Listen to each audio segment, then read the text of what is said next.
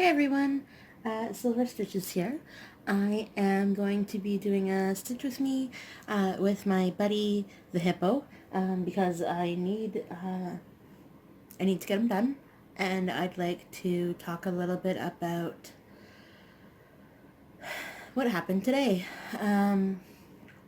Flossmas day number 12 is, nope, not day number 12. Flossmas day number 11 started out like normal. We woke up. I looked outside, it was snowing. That's great. I filmed some footage. And then, lo and behold, I'm going to move all this so you don't see it. There we go. Is that better? Sure. Okay. Lo and behold, snowing. So then we went to the doctor's appointment like we were supposed to. And it was supposed to be just a diabetes checkup. See how James's levels were and all of those things. He's got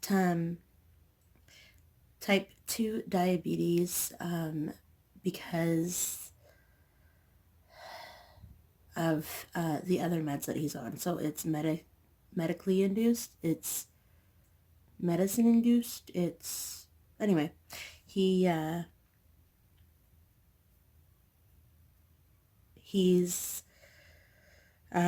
because of the pills that he's on, he's now over time been diagnosed with diabetes. So that's not the whole thing of today. So we went in. His sugar levels from his last blood work were too low. So I guess the diabetes medication that he's on has been overworking, or I don't know. And so he's been really tired lately and all of that. So he's okay, you guys can't see anyway. Life is good. I'm just trying to count and figure out where I am versus what's happening here.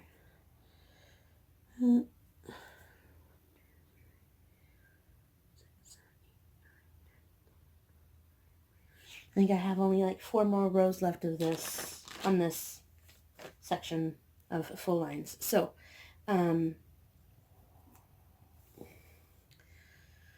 okay, so James had told his doctor, actually the diabetes nurse, that he was, for the last couple months, he's been having difficulty breathing and has a super heavy chest. Lately, he's been complaining about, lately it feels like he's been running, not complaining, feels like he's been running a marathon. And then like the heart palpitations that you get after you're exhausted from, well, most people, right? Running that marathon. So how your heart beats really fast and like quote unquote really loudly. That's him on a normal day just walking from, his bed to the washroom and back again. It doesn't take a lot of effort to be able to do all of those things, but to him it's like the hardest thing ever. So he does have what is called, for those of you who haven't watched my previous videos, systemic scleroderma. Well, a mimic of systemic scleroderma, and he's got something called eosinophilic fasciitis. So both autoimmune diseases. They both, oh look, I already have a thread. Oh well, sorry. They both will quote unquote get him in the end. Like one more quickly than the other one. So right now the scleroderma is winning, sadly. So we're trying to deal with that. But either way, so he went into, so at the doctor's appointment, the doctor had said, like his regular doctor had said, Hashtag thank you, Michelle, for showing me how to do that. Okay, the doctor, his regular doctor had said, his doctor's office is attached to the hospital, so his doctor had told him to go and get, maybe that won't work. His doctor had told him to go and to the emerge right away.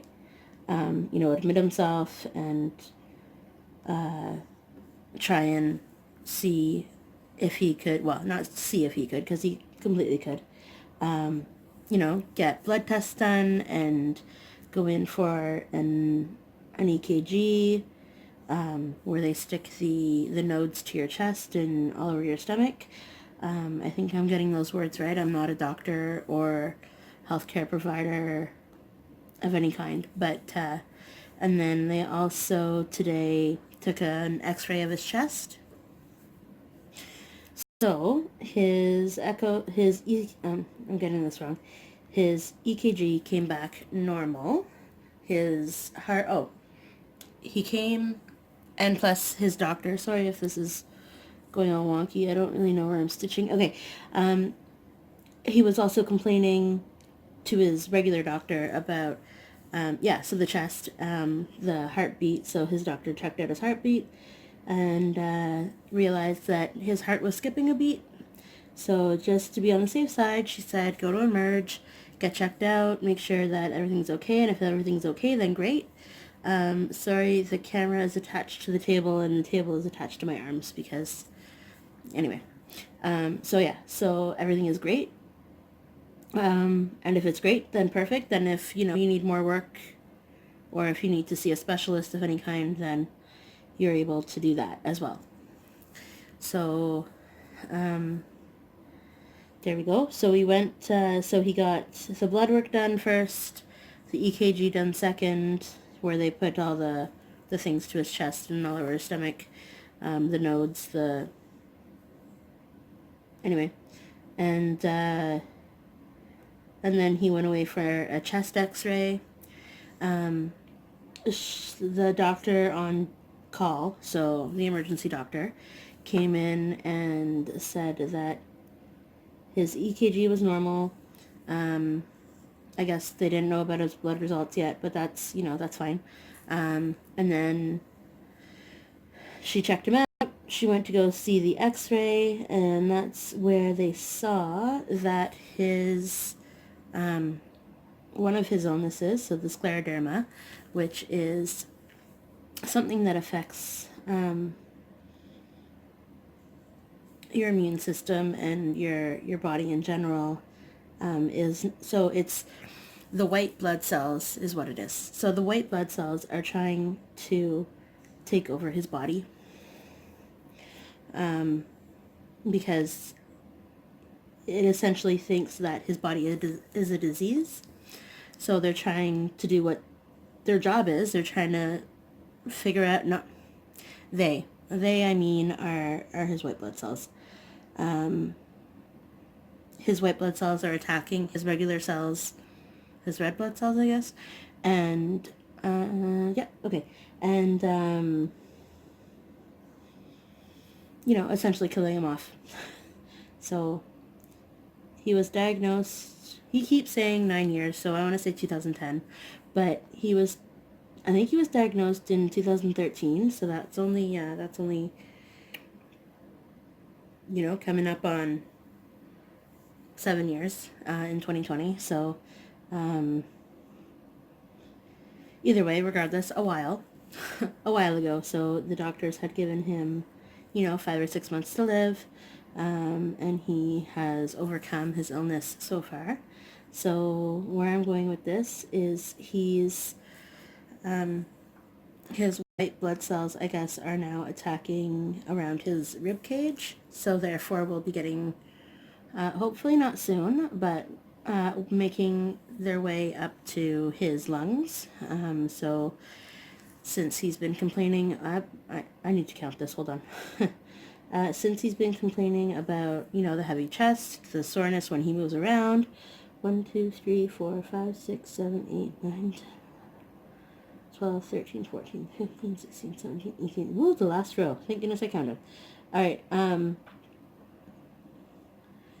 you know, the heavy chest and the sore abdomen and the everything else. I kept asking him and telling him to go to Emerge, and, you know, even if they tell him to turn around and go home, at least they'll have it on record that, you know, he came into Emerge that day. But, I guess he listens to doctors more than me, which is fine. So we called his work. Like I said, we were, well, not like I said this video, but like I said last video, in Floss Smith's day number 11. We were supposed to be at work when I was filming, and we were at home. So, what was I saying? We were at, so we were at the hospital around 2 o'clock, Emerge around 2 o'clock, because his appointment with his regular doctor for diabetes was at 1 o'clock, so by the time he got finished talking to her, and by the time everything else happened, what am I doing? That's 19... Yeah, so by the time everything else happened today, we were out of there by about 2:30. So, actually 2:45 or 3, which was super fast. So I'm glad our healthcare system is the way it is. That he didn't even, because he was asked from, like, referred to from a doctor, like his doctor, to go into Emerge, that he literally just walked in, walked out, walked in, walked out, went into the room, was told to take off his shirt for the EKG, and, you know, we were in and out within like 45 minutes to an hour. So that was pretty good. So that is in Ontario, Canada. Anyway, so yeah, so I ended up calling his work before we went in for tests, and said, like, while we were originally waiting to go back again, and shoot down, and I said, you know, we're in the Emerge. He's trying to, well, not trying, he's getting a lot of tests done, so he most likely will not be in to work. So then his supervisor boss got back to him and said, no problem, you know, I'll find somebody for tonight. And then he just texted a little while ago and said, take it easy, you know, the next 3 days, which he's supposed to be working, Wednesday, Thursday, Friday, you know, just take off, relax, get some rest, you know, do the thing bosses are supposed to do. What is going on back here? We have stitched ourselves into, so, okay. Situations, people, situations. I don't actually, since I'm, hi, I don't know what you guys are seeing versus not seeing, because this is such a light color. Anyway, that's the story of my life.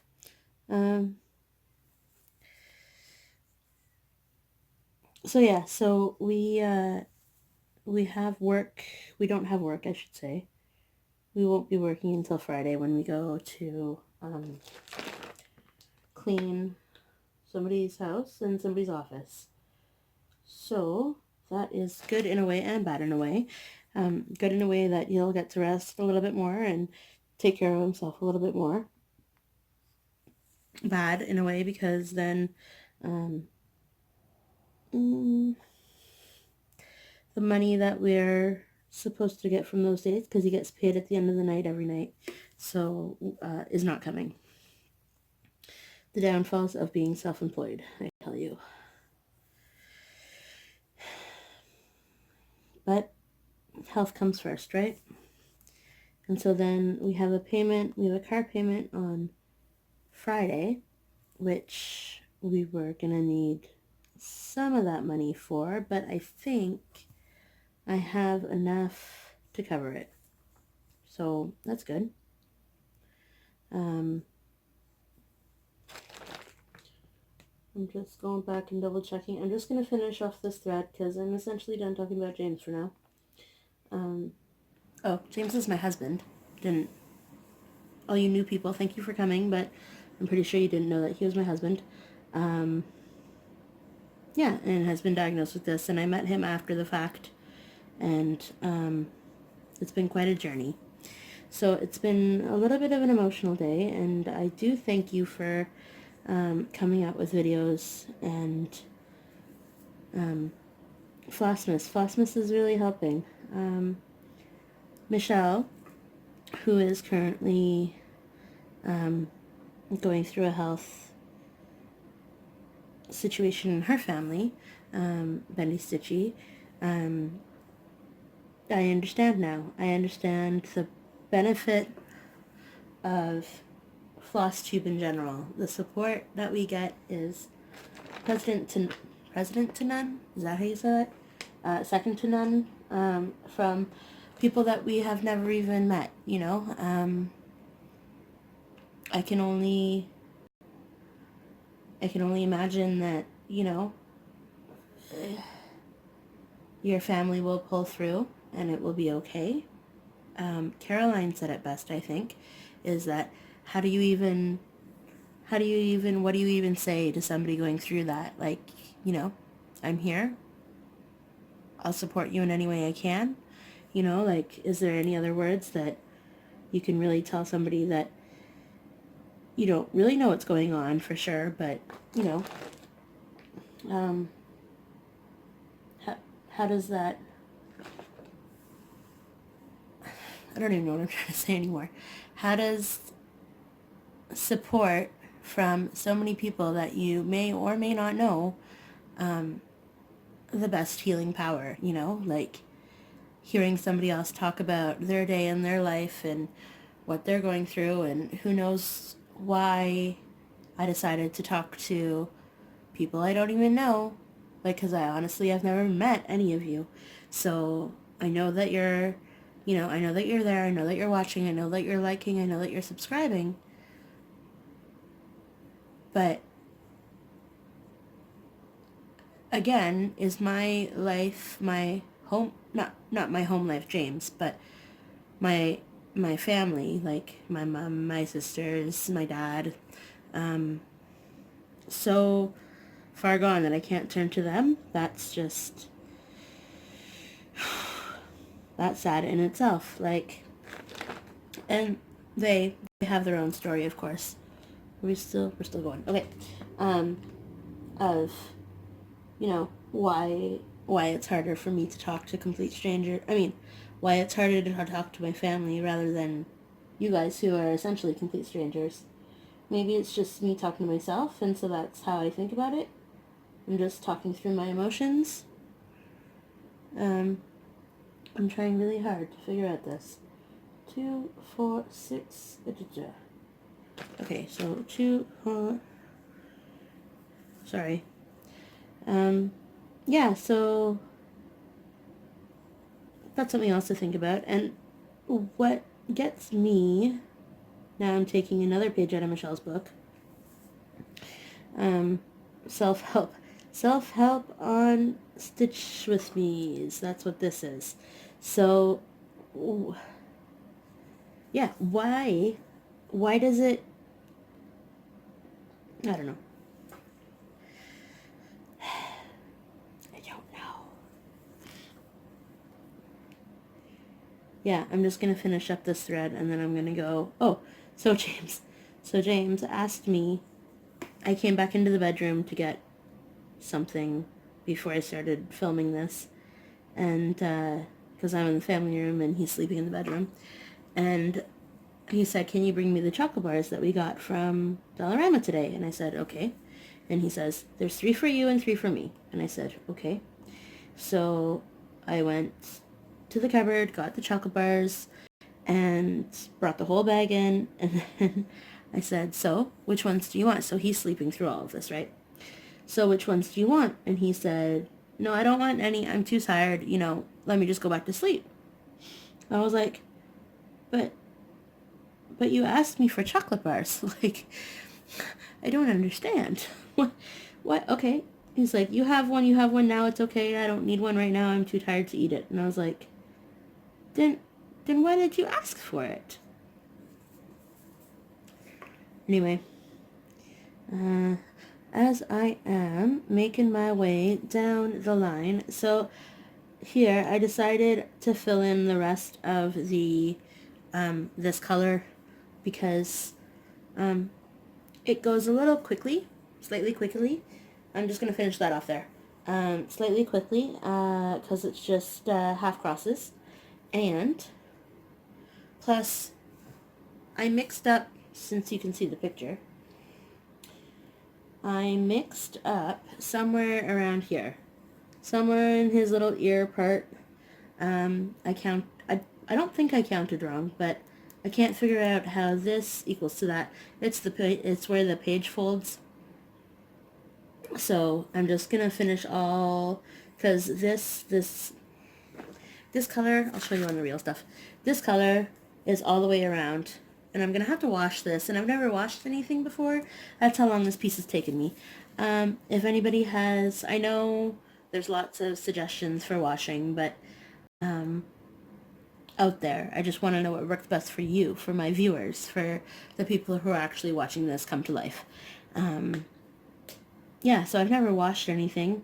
Do I soak it? Do I, like, what? Is it just because it's all, I don't know how to do it. So eventually I will be asking for your help to see about how I can wash this. I wish my nephew's name was that long. There are 5 letters in his name, and I need to try to figure out how to equally space out between, because all of those triangle banners are there in the pattern, of course. So they've got how to make it so that he's only got like I don't really want to show you patterns. That, like, they've got a heart design, a heart motif in the middle. And you can stitch it or not, like, or you can just make it like your 9 letters if that's the case as well. I don't know what to do. Yeah, because there's 5, and no matter which way I do it, there's always an odd number. Like, if you take away these 2 and you take away those 2, that's 1, 2, 3, 4, 5, 6, 7. If you take away one more, and what? Why didn't I think about that before? Honestly. I'll just make a whole lot of different, I don't know about hearts because it's a boy, so we'll see how that goes. Thank you for listening. I don't know what kind of advice you can give me for anything that I talked about, or if it's just I needed to vent or express my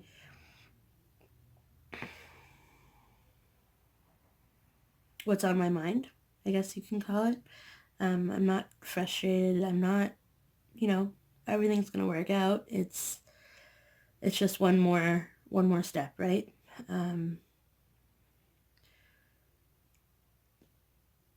We make the best of each day. That's all you can do.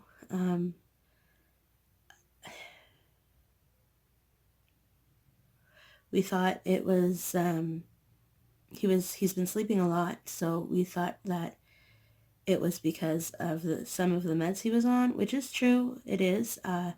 His diabetes medication was too high, like I said, so they are trying to cut too many sugars out of, I don't know how all that works. So too many sugars out of his system. So he's been having a lot of quote unquote lows. So sleeping all the time, super dizzy, super nauseous.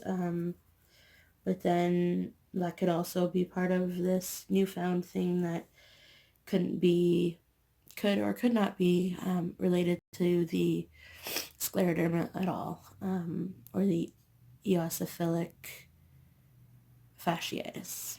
So if you want any more information on any of those things, so the fasciitis, so I talked a little bit about the scleroderma. The fasciitis, essentially, it's making the inside of his system, like his bones and his muscles and the tissue and all of that, turn rock hard, like he's becoming like mummified. So that's what that is. So I don't know. It started in his arms. Usually it starts like in his hands, well, in a patient, not his, but in a patient's hands and feet, and then works all the way up so that once it gets to essentially the spine, it goes right up the spine and then into his brain cells, like his brain, so therefore shutting down a system. Thankfully, none of that has happened yet, so it's still just in his arms. He does walk with a cane sometimes, but that is because his hips, he broke his back 20 some years ago. So he walks with a cane sometimes. When I first moved in with him, I saw, multiple canes hanging on a hook in his place, and I said, well, what are those for? Kind of thing. I'm going to get out another piece of something or other because apparently I feel like talking still. Where, pray tell?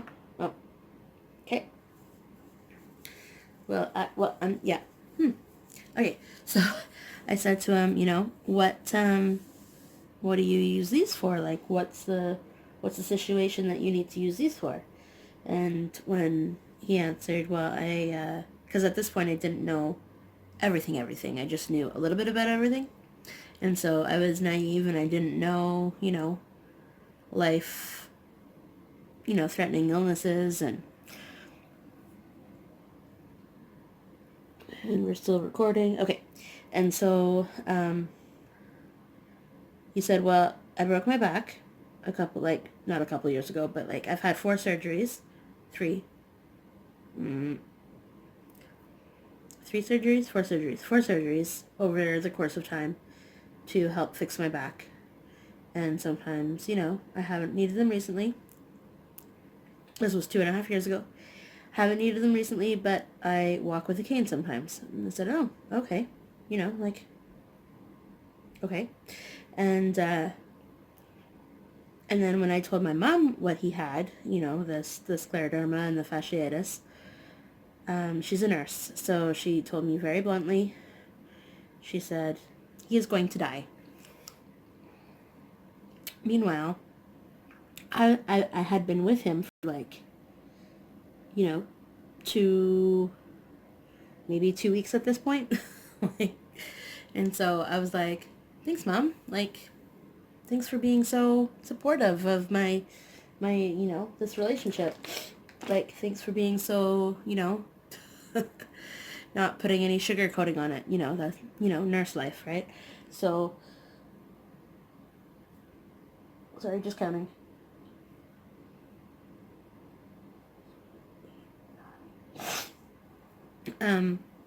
Sorry, that's the difference. Yeah, so it was interesting. Not interesting, it was a whole debacle. He dropped me off at my mom's house, and he works so that I could do something with her. I don't know what it was. Stay with her for some reason. And so he went to work. And then, which is only about a 10-minute drive away from my mom's house. This was at the beginning of our relationship. I think when I wasn't allowed to be at work all the time with him. Anyway, and so I had asked, she's like, okay, yeah, she can finish, she, meaning me, can finish what she's doing, and then I'll drop her off, I'll take her home kind of thing.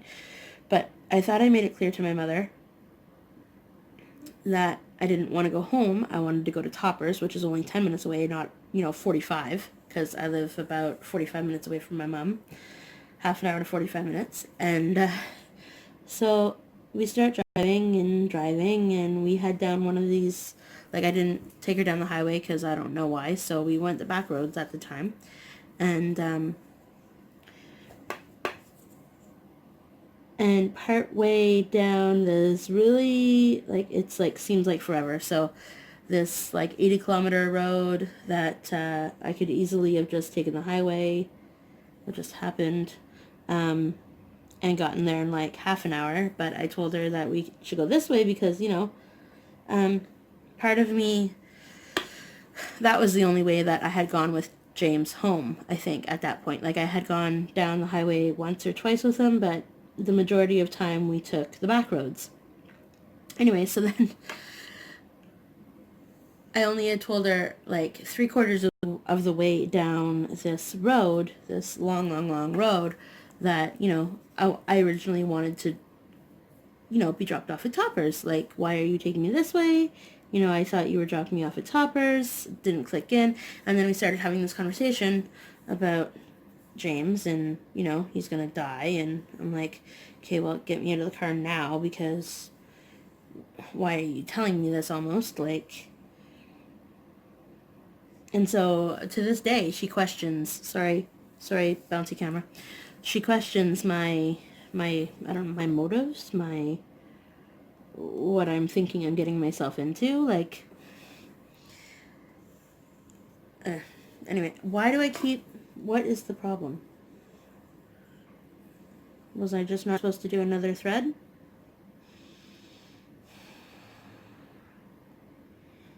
Alright, game on. It's because I'm not having my glasses on my head? Like, what's the situation here? 1, 2, 3, 4, 6? 1, 2, 3, 4, 5, 6. Okay, 7. I think we have to get to 9. Anyway. So tomorrow, since we don't go to work, maybe he'll call him and ask him to go in, because part of the scleroderma and fasciitis is you need to be resting a whole lot. Like, sorry, you can see, sorry. Like, scleroderma and fasciitis patients shouldn't be doing a whole lot anyway. Like, they should be up for like an hour at most a day, like, doing things. And James pushes himself a lot, and so his mom gets him in trouble a lot. Like, James, you should be resting, or if he's resting too much, this is what gets me. If he's resting too much, his mom says to him, James, get up and do something, like, it's one or the other. And so 2, 3, 4, 5, 6, 7, 8, 9. See her son like this, because it's hard, of course. It's hard on anybody. But I don't know how to... So I've talked to her already, his mom, about... so the end of that story that I was talking to you about at the beginning. So the hospital, so soon, he's gotten a referral for a pulmonary something test. Anyway, and a cardio test, like a cardiovascular test, just to see exactly what's going on. So that will probably, and it was like, please make the appointment as soon as possible on the form that she sent over. So that will probably happen within the next week, I'd presume.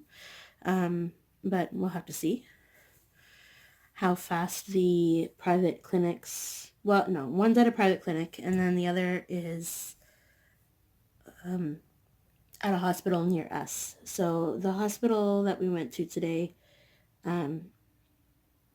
isn't one of the main hospitals in Ottawa.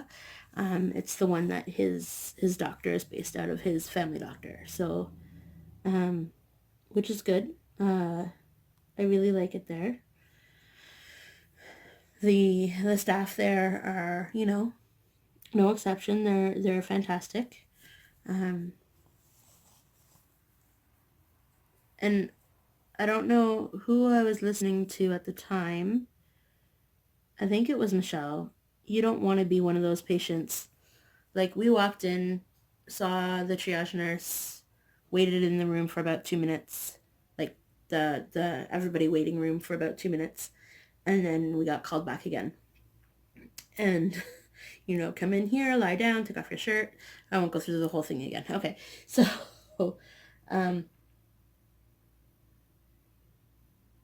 oh no, I don't think it was Michelle. I think there was a post, um, a social media post on Facebook about one of the local hospital that I live close to, and how the hospital that I go to is far better than this hospital because, you know, there was this parent who was talking about how one of his children was playing hockey or something and pulled a groin muscle or something, and so that's not life hazardous at all, right? So, well, as far as I know.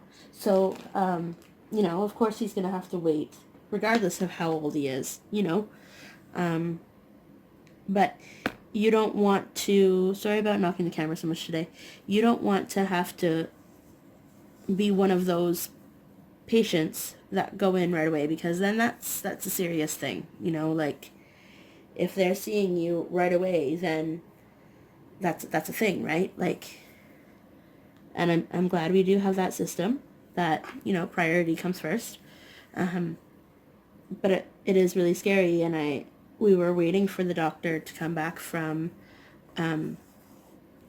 checking out the x-ray results of his chest, of James's chest, and I started to break down. I started to cry. I started to, like, do all the what ifs, right? Because why not? And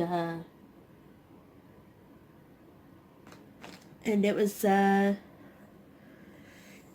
James, being the guy that he is, was super strong and, like, strong-willed, and, like, we'll get through this. And they're trying, like, the way that I normally am, like, the way that I normally talk to him about, they're going to get through it. We're going to get through it. It's, just one thing at a time.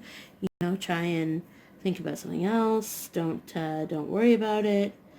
Everybody's helping you right now. Like, they're giving you the best possible treatment that they can. So it's just, I was the one who was breaking down. And so I was like, what do I do? Like, I can't stop crying, and I'm sitting in this, office with him, and not the office, like, it was like a triage, like a behind the scenes, like, had a curtain, had a bed, full medical apparatuses and blah, blah, blah. And so, like, the nurse's station is just right out in that hallway, and, I'm having this semi-massive meltdown in the room, and anyway, and the only thing that's between us and them is this curtain, but not really, because there was no doctor in there, so they didn't close the curtain. So I see all these people who I've already talked to today, because we talked to everybody in the hospital, in emergency at least. And so, the admitting nurse, the doctor, the x-ray girl, like, they were all super great. They were all very nice to him. They were all very patient. There was no one, like the lady, the nurse that took his blood. You know, she was trying. She was funny. She was trying to tell him that because he doesn't like needles, he doesn't like blood work, nothing. So she was trying to tell him that you know, it's gonna go super fast, and before he knows it, it's gonna be done. And just think about it. It's gonna be like yesterday. Well, the funny thing is, yesterday we went for blood work as well. So I was like, no, not yesterday. It's gonna be fine. Anyway, I don't know if that's a James or a kitten. It's a James. Hi to James. I put the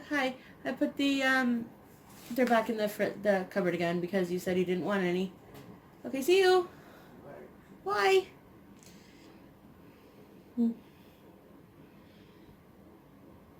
Sorry, he came in, I lost my track. Maybe he's awake for a little bit. So I've been talking for 40 minutes. Whew. Well, thank you for, yeah, I'm gonna go spend some time with him while he's awake, just so that, doing the things, just in case he needs something else. So I will talk. See, that's how big my hippo is, and then he's gonna be done. That's my hippo head. That's all of the head of the hippo. Do you see that? You don't see that. So his head starts over here, but then if you can kind of see the outline, that's all hippo head. That's all hippo head. This hippo's got a big head, yo. Alright. Thank you for listening. Thank you for taking the time out of your day to spend 40 minutes with me in a stitch along of potentially completely depressing news. But we live one day at a time over here, and some days are great, and then other days are, just needing the support.